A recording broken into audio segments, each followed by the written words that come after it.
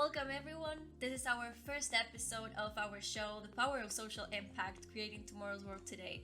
Today we have our first guest. His name is Clarke. Stephen, thank you so much for being here. It's a pleasure to have you as our first guest.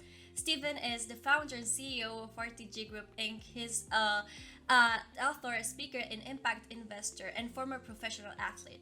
But I'm not gonna give a big introduction. That's why we have Stephen here. So Stephen, tell us more about yourself. What are you doing at the present moment? Well, first of all, congratulations on the show, and thank you for having me as your first guest. I'm very honored. My background, my life is like everybody's. It's broken up into chapters, and so obviously I was a professional athlete. I was big in the advertising world, but today the chapter that we're going to be talking about is the most important, certainly the most impactful one for me. It's all around social impact, and we've created a company. We kind of came into the industry about 6 years ago now, and wanted to create a new kind of a positive disruption around giving, but nonetheless a disruption and kind of change the way things are being done, because it was going to have to happen anyway. The younger people are demanding transparency. They want to know, what's in it for them. It's time to change the model. It's time to make sure that we're actually, making a social impact, instead of just kind of doing what we've been doing over the last 200 years in the same model. So yeah, I'm very happy to be involved in it. I'm getting a great deal of satisfaction out of it, and we're making a big impact, which is really why we started in the first place. Thank you so much, Stephen. But we hear the words change maker, we hear the words social impactor and influencer. But what is it really to be a social impactor for you? And when did you realize that you were making a change? Yeah, for me it was as we started to study the industry, and it was a little confusing, to be honest with you, because there was a lot of money. A lot of people don't know, but we give over $400 billion every year to charities and nonprofit in North America. But the issues continue to rise.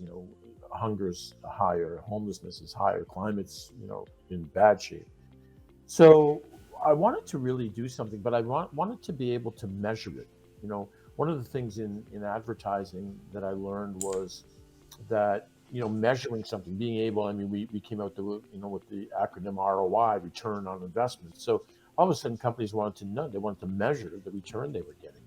But when I came into this industry, I wanted to measure the impact that I was making. And I think more and more, I mean, you throw those words around, change makers, and the reality is that you have to be able to measure that to really put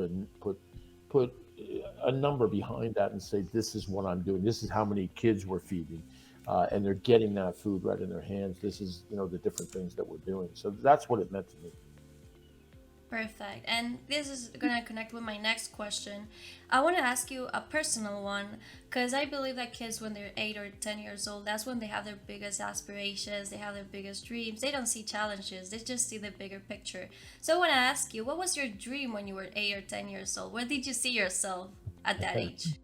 Well, I was one of the fortunate ones in the world. I saw myself as a professional hockey player. And lo and behold, that's exactly what I became.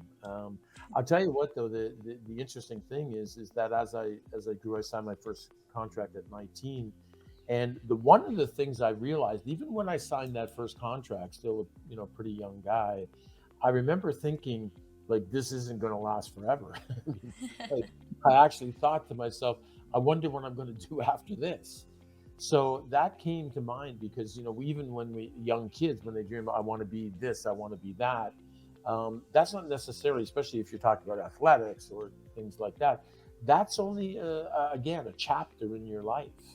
That's not going to be, you're not going to do that I'm not going to be a professional athlete forever, obviously.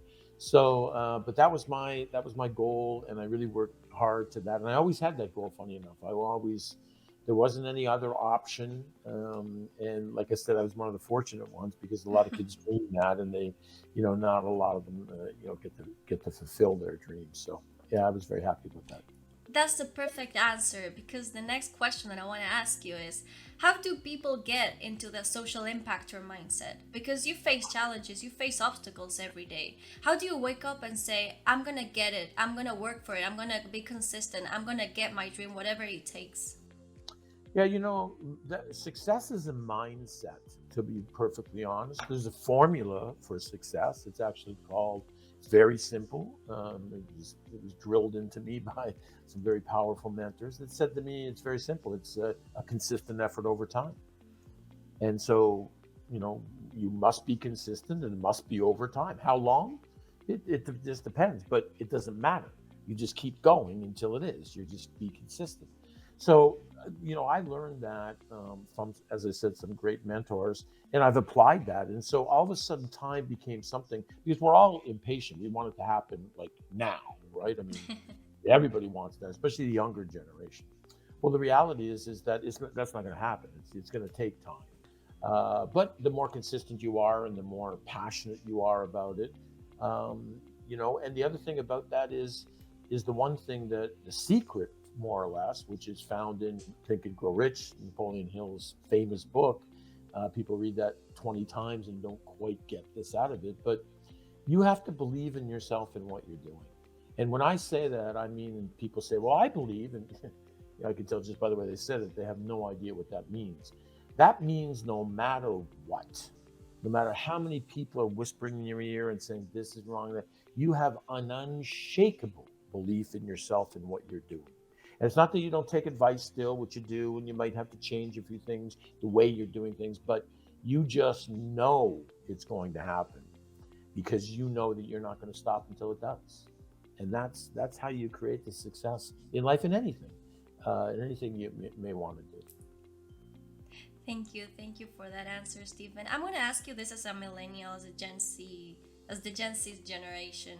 What do you think that corporate lacks today in order to retain millennials, in order to keep them motivated, keep them passionate? Because we're talking about, you gotta work every day, you gotta be consistent, you're gonna believe in yourself no matter what. What is the corporate lacking nowadays? Yeah, I think that there's a big gap right now in the corporate world.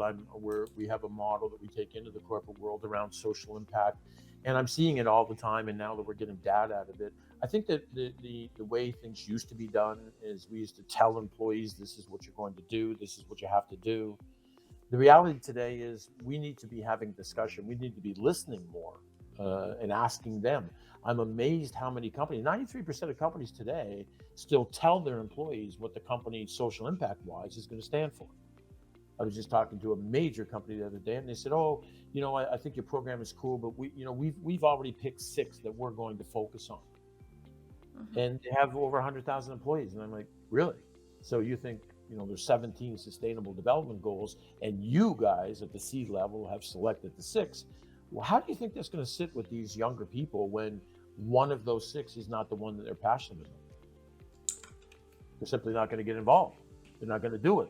And so why would you want to create something when you know in advance that you're not going to get the engagement? It's a flawed strategy. And I think the corporate world has to open their eyes and realize that no longer can they create culture.